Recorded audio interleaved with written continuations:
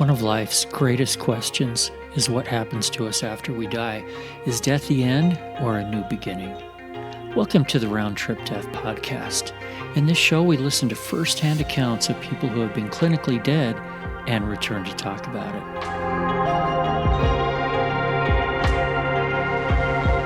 I would like to welcome to the show today Wendy Williams. And Wendy has so much experience. She has a couple of near-death experiences of her own.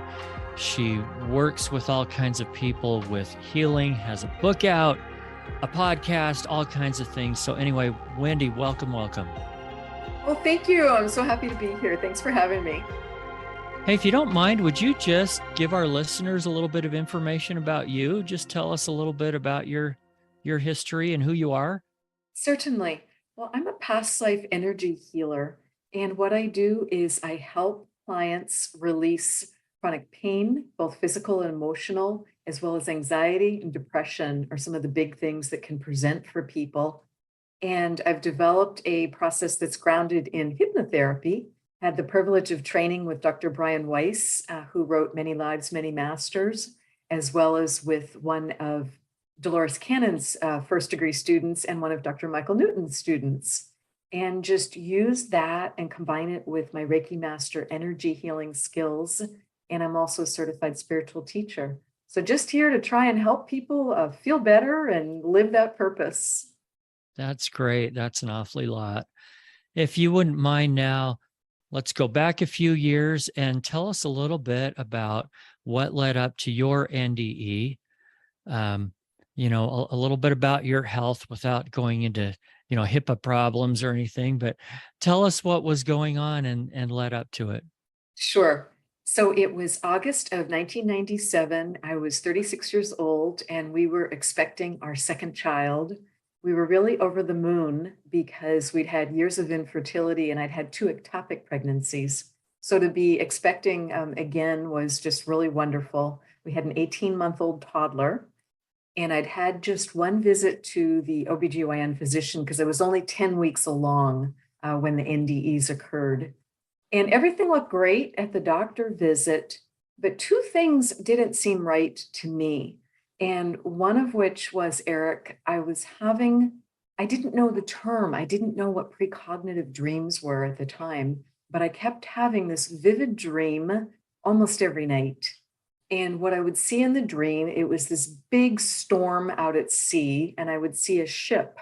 And there was all this ripping and tearing going on, and masts get ripped off, and the ship would always break in two and go down. Now, this doesn't take a sophisticated dream interpretation, but I didn't understand. That was my psyche, my soul, whatever you want to consider it, trying to tell me, pay attention, Wendy, because your ship's about to go down. And what happened was I was working at home alone and my husband's at work. He's got one car. Our nanny's at the park with our toddler and she's got the other car. And I just did not feel right that day. And I just couldn't get comfortable. I'm trying to focus. I'd go lay down on the bed. It's like, I just don't feel right. I kept going in the bathroom and I ran in the bathroom because I had this sense of impending doom, which I've never had before or thankfully since. And I thought I was going to be sick, but it felt worse than that.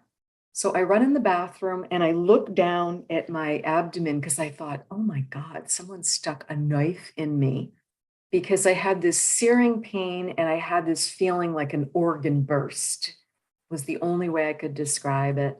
So I passed out on the floor at that point in the bathroom, and I only came to because there was this insistent male voice that kept saying, Wendy, you've got to wake up. You've got to call for help now or you're going home. That is so terrifying. It really was, particularly to be home alone and realize you've got no car. It just was like, oh my goodness. So earlier on when you were having this dream, did you tell your husband or anybody about it? And what did they think about it? I had tried to share it with my husband. And like I said, we just didn't know what to make of it and just didn't understand that it was it was a foreshadowing of events about to come. And I mean, I was in good health. I'd gone to the doctor. It just, there weren't any other signs to say, gosh, you really need to be paying more attention to your health. Sure. Okay. So what happened next? What happened next was when I hear this insistent male voice, I open my eyes and I'm a little disoriented because I'm lying on my side on the bathroom floor.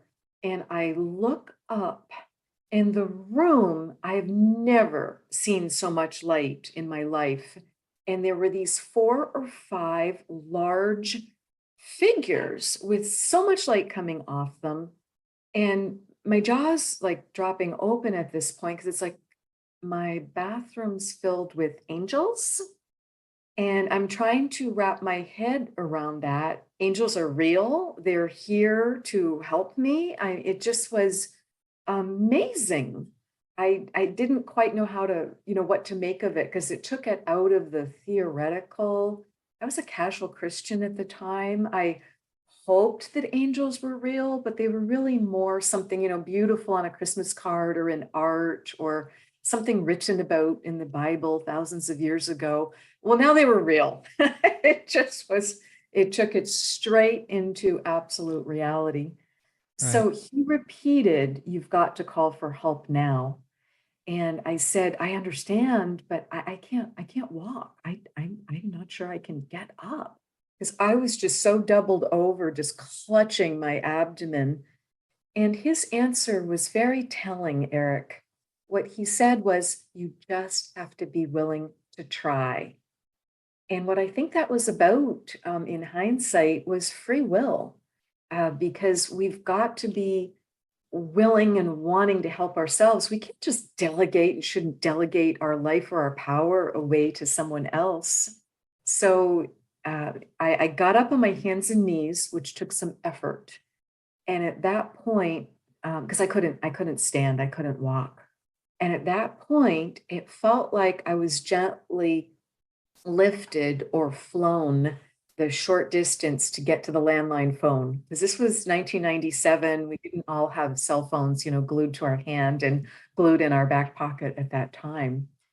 So I'm there on the floor trying to reach up and grab the phone off the nightstand. And I did think for a second, who do I call? And I had never called 911, so that didn't really go through my mind. It's like, well, I'm going to call my husband because he works 5 minutes from home. Let's see if I can get him on the phone right away. Miracles continued. I've never reached him at work right away like that before or since. And I give him great credit because all I said was, "I need you to come home. You've got to drive me to the hospital right now. Can you do that?" And all he said was, "On my way." And I could hear him like slam the phone down.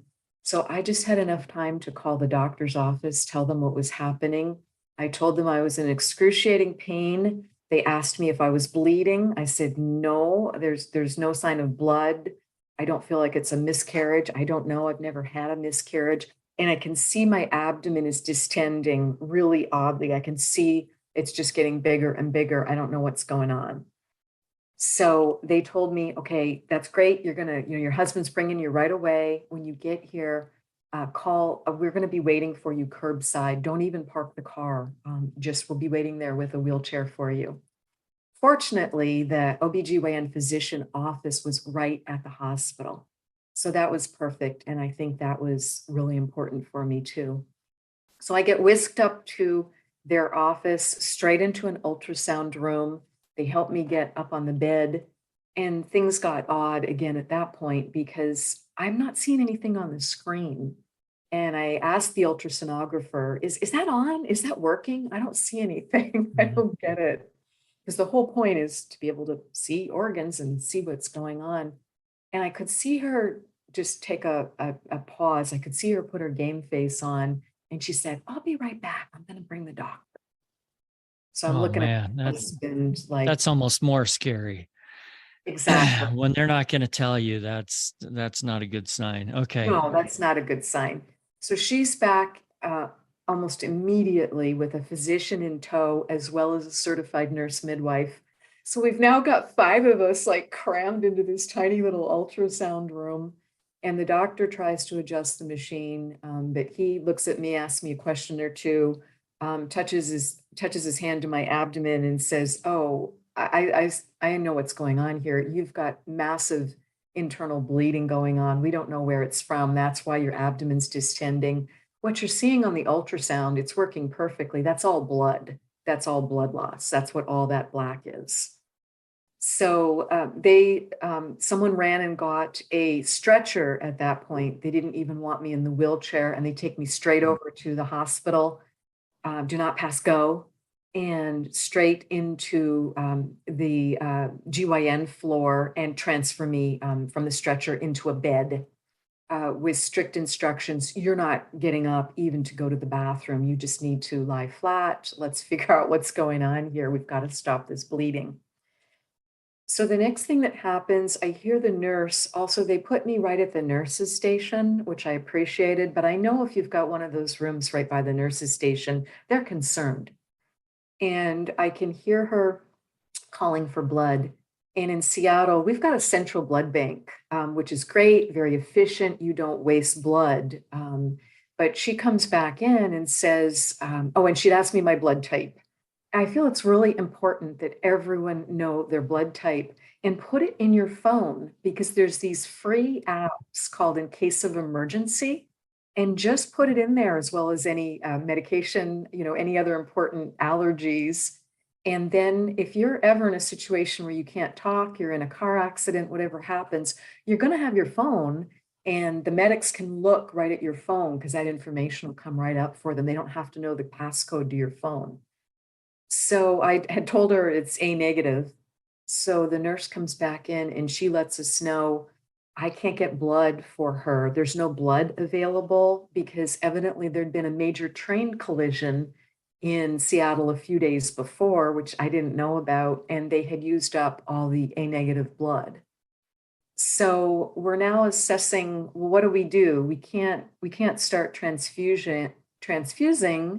We don't want to rush into surgery because we don't know what we're operating on and we've got no blood.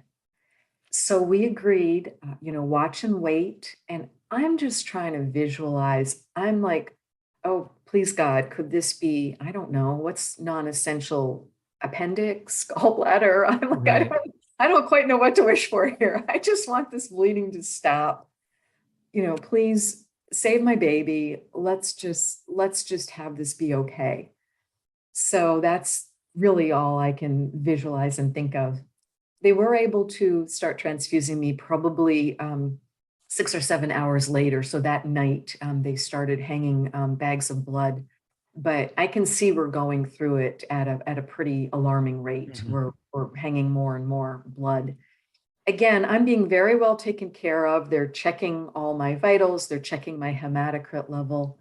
And we had agreed, watch and wait, because we're hoping this is going to abate on its own, but it's not. And I have blown through every pain reliever. I'm on morphine at this point. And Eric, one of the things that concerned me the most was I really felt like I was walking between worlds. It was very hard to stay conscious. It was very hard to focus, answer questions, even when there was medical personnel right in my face asking me questions. I was just so out of it and just having trouble staying conscious and having trouble focusing. And I was concerned too that I didn't really care. Never felt like that in my life. That does not match my personality at all. So day 3, and it's my own physician I'm being attended by, which I really felt so grateful for. He delivered my baby. I'd had surgery with him twice for the 2 ectopics. I'd gone through the infertility treatment. So this was someone I really knew well. I also was fortunate. My community hospital delivered about 5,000 babies a year. That means they also see a lot of complications. So we agreed I didn't want to be taken downtown. I didn't want to be transferred. So when my physician tells me, I'm so sorry, but you're officially bleeding out. We can't transfuse as quickly enough. You lose it faster than we can transfuse. I said, I understand. So we agreed at that point I needed surgery. I was going to have surgery the very next morning with two OBGYN physicians, my own and one of his partners. So I sign all the paperwork for that. I get my dinner at 4:30. It's the hospital. I'm trying to relax. I'm by myself, just trying to visualize a positive outcome for the surgery the next day. The moment I visualize a positive outcome, I pop right out of my body. That is honestly the best outcome I can think of. And I'm out of my body. I kind of look back over my shoulder and I'm like, wow, she is a hot mess. She's whiter than the sheets and she's really in a bad way. And then I'm like, why am I referring to myself in the third person? That's interesting. But I knew I felt great, felt so great to be out of that body and not in pain anymore. I wasn't worried anymore. I wasn't scared. I just felt more and more like myself because I was back in pure soul form. And all I can see is this white light coming down through the hospital ceiling. So I'm like, oh, I'm going up there. So again, I look over my shoulder and I'm like, she's fine. Couldn't have been more casual about it.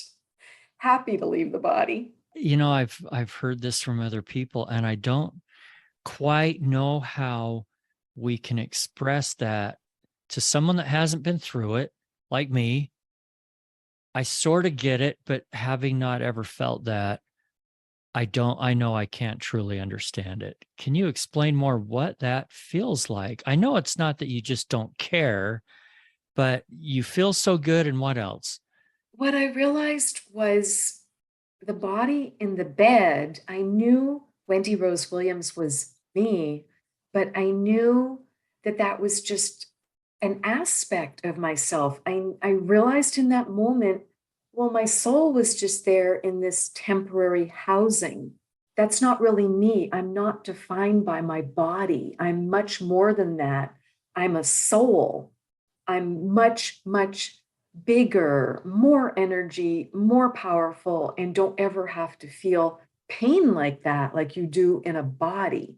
So those were the connections, those were the realizations that were starting to come back to me.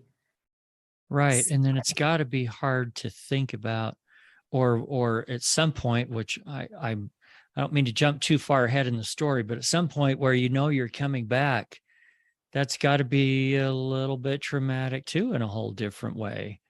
Yes, I'll tell you about that. So I was just so drawn to that white light. Nothing was going to get between me and going up and exploring that. So in soul form, I just go up, and I'm like a white beach ball, but I'm like very deflated. So even as a soul, I was not, I'm still tethered to that body that's been bleeding out for days. And but I go up through the ceiling. It's easy as can be. I pop out of the hospital and it's now I'm like looking around, I'm getting further and further from it. It's starting to look like a Google Earth view, where you're further and further away, and I feel like I'm traveling faster. And then I stopped for a second because I'm like, oh my gosh, I hope they don't make me walk through that long tunnel. So I didn't know very much about NDEs at the time. This was 1997, and they were not nearly as well, part of popular culture like they are now. But I had evidently seen some movie or heard something about souls go home to the light through a tunnel, and I just expressed the thought, please don't make me do that. I'm too tired. I'm not sure I'll make it. It's just too hard. The minute I thought that, this pristine escalator comes in for me. All the light, the white light coming off it. There's no one else on the escalator. I know it's my ride. So I put myself on the escalator with a lot of relief, and I'm like kind of hanging over the handrail on the right, and that's when I first really noticed that my beach ball body as a soul was just like so deflated. So I catch this great ride up and up and up. And at the top of the escalator, I'm met immediately by this group. There's about 20 beings of light. And it is the most joyous reunion I can imagine or describe or have experienced. About 15 of them, I realized were my soul family. And I could also see those same angels that had been in my bathroom were in the background. Soul family looked like me. They looked like beach balls, but they looked healthy. They looked big and round and bouncy. And it was like there was a little lightning storm inside of all of them with like all this energy. Everyone looked the same except the angels were bigger. Now, did they look like beach balls or more like people? And did you recognize them and know who they were? They look like these orbs, these big orbs of light, but I knew exactly who they were. And my four grandparents, both sets of grandparents, were in the front and they greeted me. And that was amazing. I knew my mom's parents, my maternal grandparents, really well. I'd spent a lot of time with them. We'd actually lived with them for a couple years. But what more blew, so I'm so happy to see them. But what more blew my mind was my dad's parents were there. I never met my dad's parents. They died before I was born.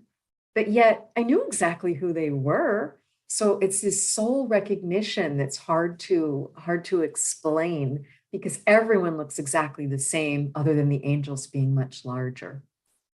So the same male angel, now that I'm up at home with the light, heaven, whatever the right term is for you, I recognize the voice. It's the same angel that spoke to me in my bathroom, and I recognize it's Archangel Michael. And he says, "Welcome home. We're so glad you're here. You made it. You've done nothing wrong, and you're welcome to stay. But if you want to go back and it's your choice, you're going to have to make that choice quickly." And I knew what he meant. That body in the bed was not viable without a soul in it for very long. So he continued and said, "There's three things I can tell you to help you make your decision. Number one, you will have a successful surgery tomorrow. You will fully regain your health. Number two, your baby will be born healthy." These are huge pieces of information. I was so grateful to know them. Number three was the kicker. The third thing he shared with me was, if you do choose to return, your life will be very difficult, likely for many years, because you're not on your life path. You're not living your purpose. You're not living your soul mission. So I'm like, oh, I like take a big breath in because I'm horrified. It's like, hello, I'm 36. You'd think I'd be figuring it out by now. I want to do the right thing. So that's what he told me. And you had to make the decision quickly, you mentioned. And let me Exactly. just ask a couple of clarifying things before you go on. Please. Michael the Archangel, how did you know that that's who it was? Did he introduce himself or was it like your grandparents where you just knew? It was immediate. He didn't have to introduce himself. I just heard the name. It just was this recognition. It was immediate. Okay. And the other thing, a couple minutes ago, you used the word home, that you were home. I thought that was a very significant term. Can you explain a little more what you meant by that? Yes, I think my personal belief is we're eternal souls and that we come from the light, and put all the different religions aside, put all the belief systems aside. I believe that that's our one true home. That's our eternal home. And it's our choice if we're going to incarnate and come to Earth or other planets or other dimensions, if our soul's going to choose that. I believe it's a free will choice.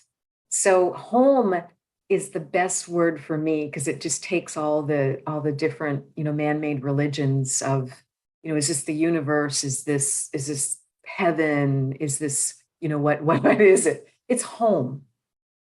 Right. And most of us use that term to describe a very comfortable, very, I don't know. And I know it's not that way for everybody. Some people had a rough home life, but most of us only think of the very best times, in whatever house or whatever, wherever we were living. But home is a special word and it really means a lot of something. It feels like where you belong and where you came Exactly. from. And the reason I feel that is when I first got to the top of the escalator and everyone stopped me, they gave me this group hug. And that hug had so much unconditional love. And I don't think we feel that very often on earth. Love, unfortunately, is often conditional.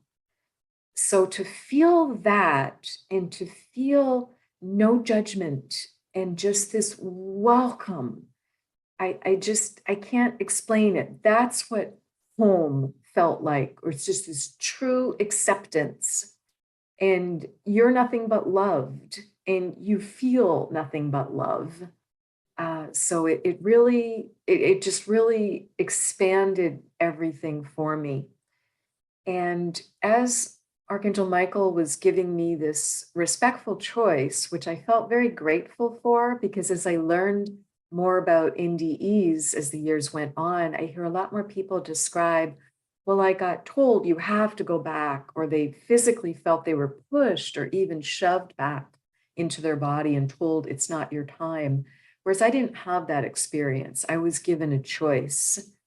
But the moment he asked me again, what do you want to do? You know the three things. Of course, I tried to get more information, because when he said I wasn't on my path and I'm aghast by this information, I'm looking at him like, well, tell me. I want to know. I want to do the right thing. And he just shook his head. So I'm looking around at all the others because I thought, oh, come on, there's 20 of them here. Someone's got to give some information, please. But they just got really playful, and they're like, zipping their lips, and they're like throwing the key away and putting duct tape over their mouths, or where I imagined their mouth would be. Because again, they're not looking human, but you just kind of know what's going on. And so I realized I just need to settle down and be very grateful for what I've experienced so far. And these three things I've been told really are priceless to me. So when he asked me, what do you want to do? What do you choose?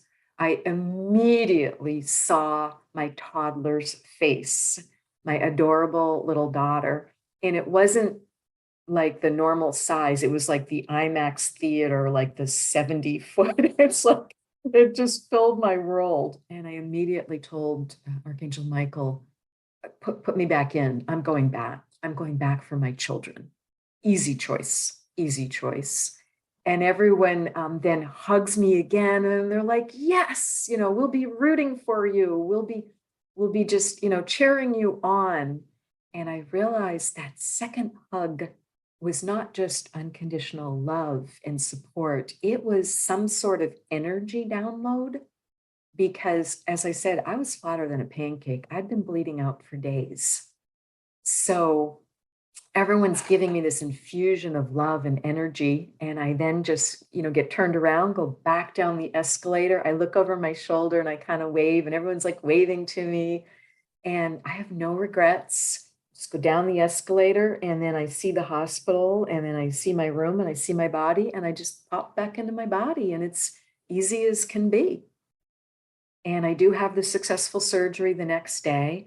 What they discovered was the fundus, which is the aorta at the top of the uterus, had ruptured. So an aorta had been pumping blood out. And they estimated I'd lost 3/4 of my blood supply based on the amount of transfusions that it took. So had a successful surgery on my uterus while pregnant. Not ideal. I've had morphine, I've had transfusions, but very, very grateful. And they evidently they did the surgery using some sort of imaging, because the physician was able to reassure me. And of course, a 10-week fetus is, tinier than a peanut. And he said the fetus was so low in the uterus, and we just made sure to stay where we needed to be, really high up, because it was the top of the uterus that had ruptured. So he's like, we made sure to stay away from the baby.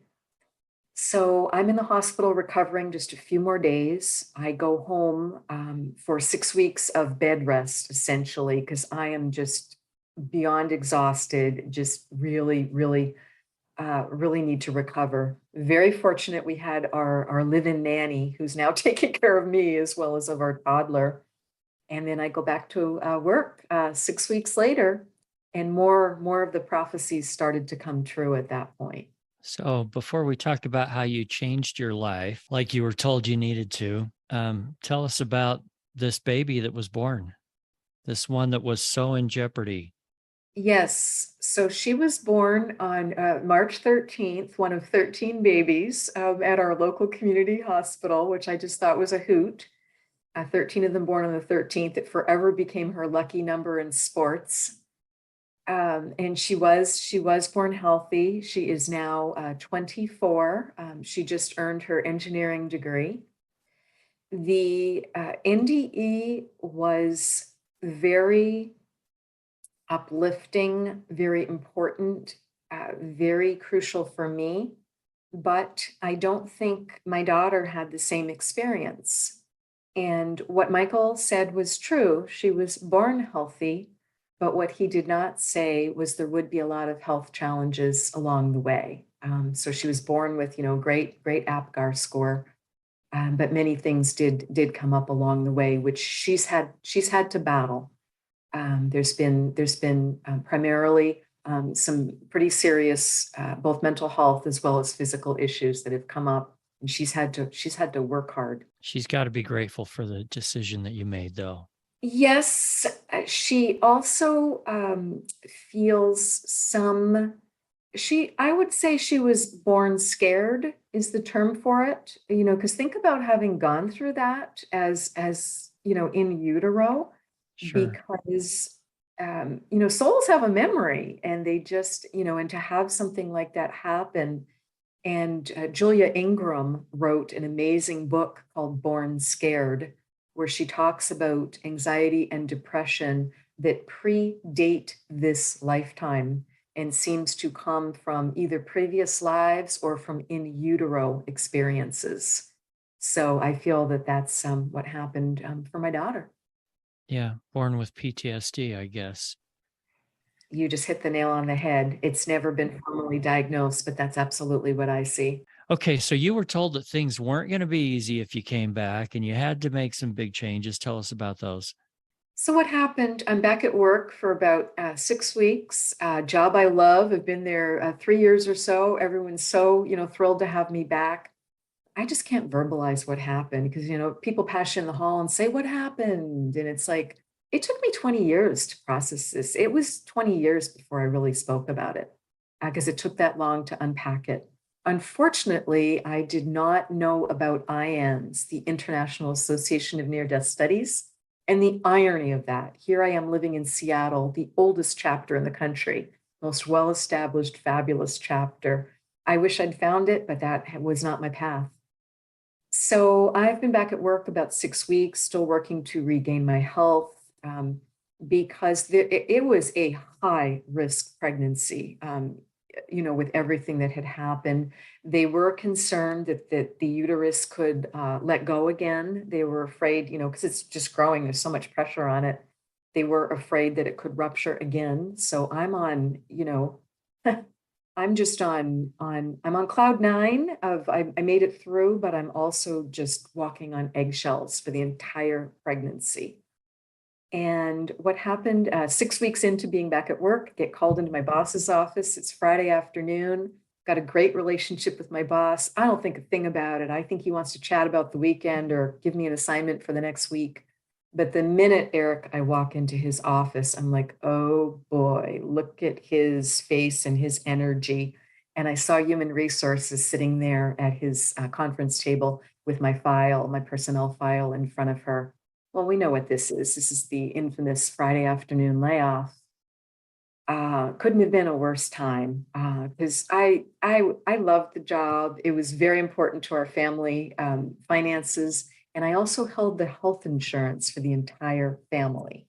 So I'm laid off. We now have no health insurance for any of us. I'm pregnant and not feeling well and not in a great headspace to be out interviewing for jobs. So I thought, interesting, because Archangel Michael said, things are likely to get very difficult. But I just didn't know what to be doing because I didn't get any information, and I just didn't know how to figure out what I was supposed to be doing to be on my path that I wasn't doing. So 1 week later to the day, so I go home, I lick my wounds, I file for unemployment, I've got great references. So, all that's good. But I'm quite visibly pregnant at this point. And as I said, not in a great space to be looking for a job. 1 week later to the day, my husband comes home from work several hours late. He had not called, and I'm like, "Gosh, what is going on? This is very odd." And I was concerned because it was about 8 o'clock at night when he walked through the door, looking like a weight of the world was on his shoulders. And I, met him at the door, and said, "Oh my gosh, are you okay? What's going on?" And he said, "Sit down, Wendy. We need to talk. I have something really difficult to tell you." And what he told me was his software company, which he owned with four other partners. They employed about 100 people. It had been doing quite well. And he told me that they'd had to do massive layoffs, that they had gone under very quickly, and that he hadn't been sharing with me some of the signs of that had been coming up over the previous few months, because he didn't want to worry me while I was going through all this pregnancy drama. So I'm like, oh my gosh, our ship is really going down at this point. Because here we have both of us with no jobs, no health insurance, and we were heavily mortgaged. We had just not long before moved into a new, larger home to accommodate the growing family. We had purchased a new minivan. We've got the full-time live-in nanny who's on contract, and we've got no incomes. So I'm looking at him and I'm like, "Okay, Wendy, breathe, breathe." And I did manage to say, "I'm so sorry," because it feels horrible to be laid off or, to have a job loss. But when it's your company, that's your baby. So, it was really hard for him. And I'm trying to reassure him, well, just take a breath, file for unemployment on Monday. And then the next hit comes, which is, "Well, Wendy, I don't qualify for unemployment. I'm self-employed. There is no unemployment," which I didn't know because I'd never been self-employed. So I'm like trying to calculate. We're now down to my unemployment only. So we did everything we could to keep our ship afloat. You tighten your belt, you use your savings, you max your credit cards, you try and negotiate with creditors. We did everything we could, but we were in dire straits. And thankfully, my kind mother stepped to the plate for us. Bank of Mom was our last resort, and we asked her for a loan. So she gave us a loan every month, whatever amount we were short, so that we could keep our home and keep our van, because we were in jeopardy of losing both otherwise. So the baby's then born healthy. March 13th, the astrology must have changed. And we didn't realize at the time, this was November of 97. So the country was going into a pretty deep recession at that point. But we didn't have crystal balls. We didn't realize that's what was going on. So she's born, and my husband was able by that point to get his company sold, because he had been working payless paydays. He'd been working 80-hour weeks, just trying to do the programming himself, trying to keep, jobs that they'd sold. He didn't want to lose his reputation. They'd already sold jobs. He's like, "We've got to deliver them." So he'd been working, and they did get the company sold. He literally started back to his new employer. All of them did, on the Monday after I delivered. So everything came back together in March of 98. I then went back to work in June of 98. But something else really important happened, Eric. I was able to get some emergency health insurance. Again, thank you, Archangel Michael. I don't know how to explain this, but when you are graced with hearing from the other side, when you're graced with hearing your own intuition, your own higher self, a guide, an angel, listen, pay attention. Because how I got the health insurance was wild. I'm sitting in the pediatrician's office before the second baby's born, and I'm holding my toddler. You're trying to entertain them because they're going crazy, and you're hoping they call your name soon. And I hear Michael say, clear as day, "Look, look." So I'm looking all around the room like, is my kid safe? Are all the kids safe? What's going on? And I see over in the corner this little side table with a lamp on it. And it's like this light came down over this brochure in front of it. So I put my toddler under my left arm and I run over and grab this brochure and shove it in the diaper bag to read it home. What it was Women, Infants, and Children program, which I'd never heard of.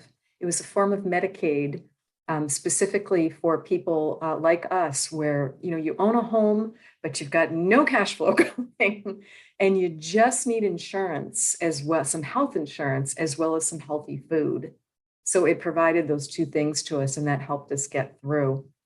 But here I am at home after this very short delivery, because it's only approved for a 24-hour delivery, including labor. So you're in, you're out. I'm home, more grateful than I can express, holding this healthy baby in my arms. I haven't been home an hour. I'm by myself. I'm breastfeeding the baby. And I hear Archangel Michael say, your contract with your husband is complete. I almost dropped the baby. I said some very unladylike words to an archangel, like, you've got to be kidding me, will be the PG version of that. I clarified with him what he meant by a contract being complete, because yes, you can choose to stay with someone when your soul contract is complete, but you won't be growing, you won't be living your path, you won't be living your destiny, is my belief. But I did not want to leave. Hello, we've got a newborn and a 2-year-old, and I wanted to hold to my marriage vows. But was it easy? Was the marriage going well? No. And once you've got knowledge like that, how you can't put the genie back in the bottle. I mean, it was crystal clear what I was told, and I knew what it meant. So we tried our best to be respectful, great partners and parents. But we did divorce when our daughters were 6 and 8. I chose the time because they were both in school full time. And I thought this is the best way for us to be able to co-parent, and the girls are going to go back and forth between the two homes. Again, we were very fortunate. My mom chose to relocate from Boston to Seattle. She was retired. I'm the only child. It's the only grandkids. And her ties to Boston had been kind of coming untethered. And people had been saying to her, why don't you move out, where Wendy and her family are, because she's not going to come back to Boston. Why don't you consider moving out there to be with them and be with family? So that's what she did. She became team grandmom. If I needed help, she'd help me with the kids. If my ex-husband needed help, she'd help him, because it was what the kids needed. So we went along like that for about 6 years. I rebuilt my life, had a great job going again. My mom and I built a duplex, and we were living in the two sides of it, which worked really well. And my former husband was doing well. The kids our daughters are now 12 and 14. And Eric, I'm looking around going, wow, life is going great. What's missing? Oh, I'm ready to meet a nice guy. I'm finally ready. It's like six years after the divorce. I'm finally ready to meet someone. And then I'm like, how do you do that? I'm like, no clue. I haven't been on a date in 25 years. I have no idea. So internet dating had to come along. Exactly. Right? I go to younger girlfriends who were actively dating, and I said, how do you meet someone? I don't feel like I'm meeting someone like through church or, through events, and I'm super busy. I'm like, how do you do this? I haven't, been meeting friends of friends, or I just don't feel like I have opportunities to meet a nice guy. And they said, oh, Wendy, you just need to get on Match.com. And my reply was, Match.what? Because I didn't know what internet dating was. So girlfriends helped me put together a profile, put some pictures in there. And at first I had my radius, because you put in a radius of, how far you're willing to meet someone. And I had put in 5 miles, because that was like the tightest you could put it in. And there were a lot of people. So, I was able to put it that tight. But then it's, a couple months later, and I'm like, I've been on a couple of dates, haven't really met the right guy. The minute I changed my radius to 10 miles, this profile immediately came up. I'm like, I know him, I know him, I know him. I could just feel it in my heart. And I'm thinking, okay, we must have met somewhere and I'm just not remembering. Like a professional association or like a friend of a friend that you saw each other at a party, but you didn't quite meet. I'm thinking it's something like that. And the last sentence he wrote in his profile, I don't think it's ever been on Match before or since. He wrote, any woman on a spiritual journey, particularly if you're interested in an LBL, we have to meet. And I'm like, LBL, what in the world is an LBL? So I'm Googling to make sure it's not some weird drug reference because I know I'm like kind of sheltered at this point.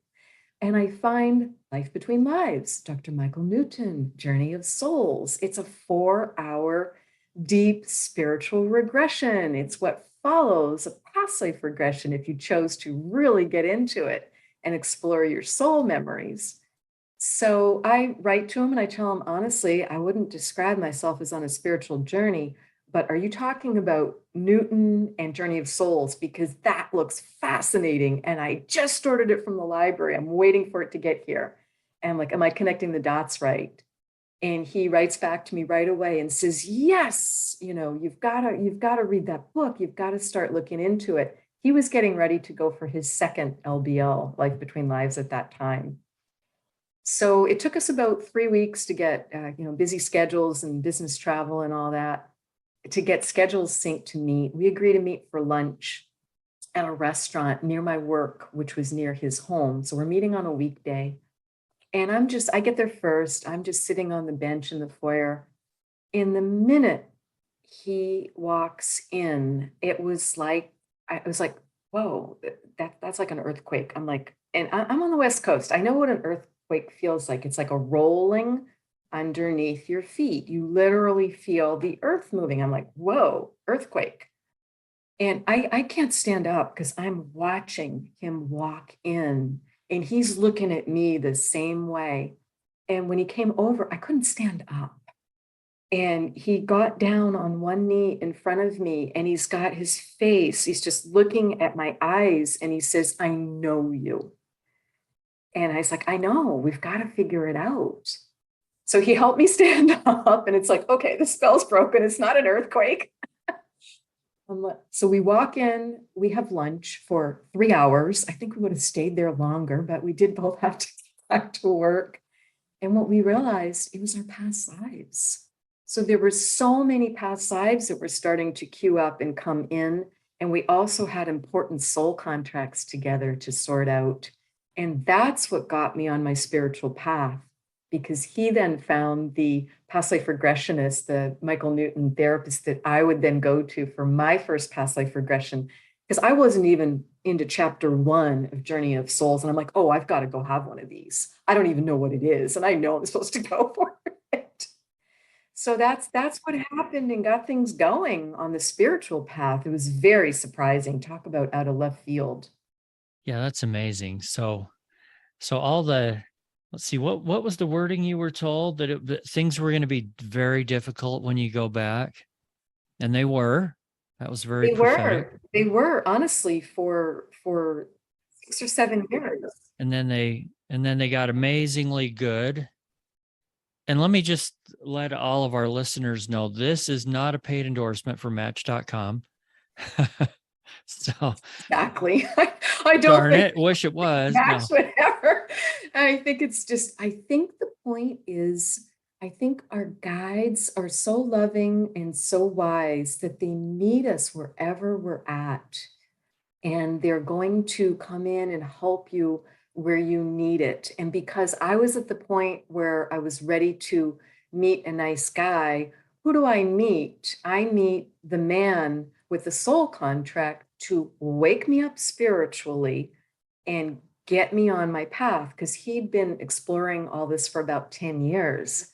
So he was so far ahead of me. So he helped me just shortcut and catch up to where I needed to be. Yeah, it's crazy how that stuff works.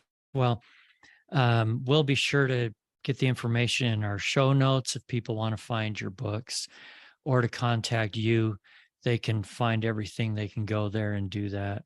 One last thing that I want to ask you about is, and I'm sure you've run into this before, when you talk to if you were to talk to somebody who said, "Hey, I don't know much about near death experiences or all these other things, and I don't know what I believe," and they're looking to you for a little bit of enlightenment or guidance, what would be the one main message you would tell them?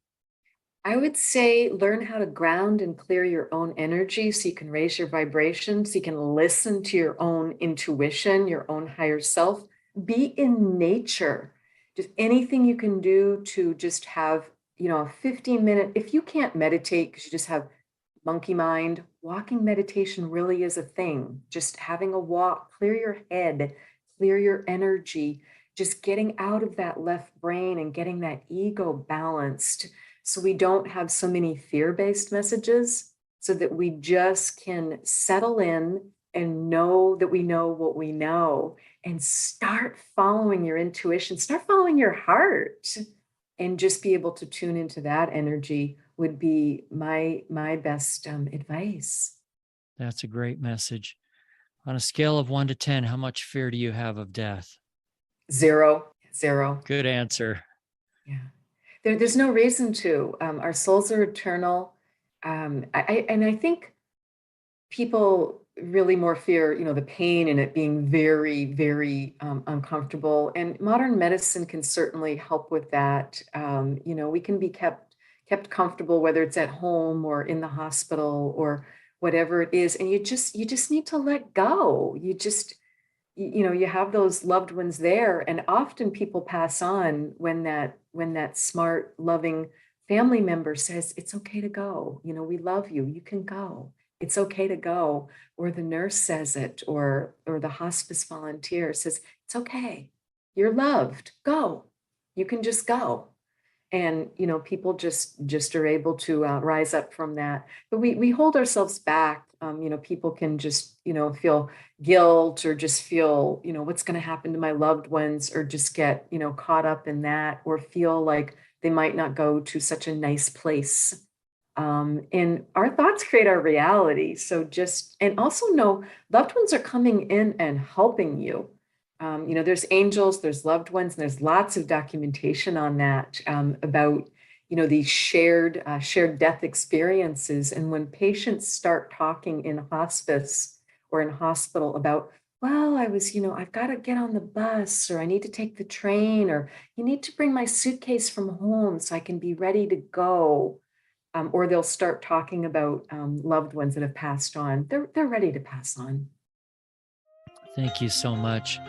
Wendy Rose Williams, really appreciate your insights, your wisdom, and your optimism on everything about this subject today. Thank you so much. Well, thank you.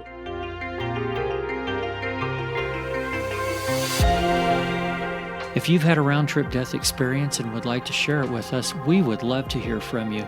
Send an email to me, eric@roundtripdeath.com. And lastly, if you've found this program uplifting, if it's given you just a little more hope in the future, share it with a friend, rate us 5 stars, and be sure to visit roundtripdeath.com. Until then, I wish you everything good that you're looking for in this life and the next.